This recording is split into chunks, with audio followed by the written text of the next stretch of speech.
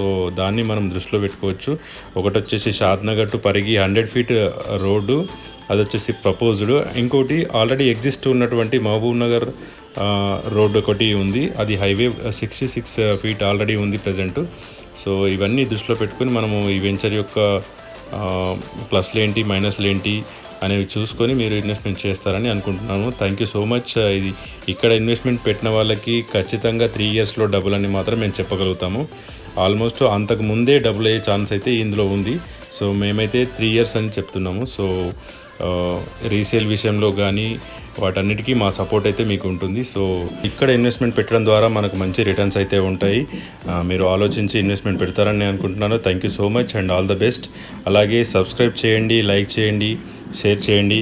ఇలాంటి మరెన్నో వెంచర్లతో మరెన్నో విశేషాలతో మీ ముందుకు వస్తాము. Thank you so much for your supporting.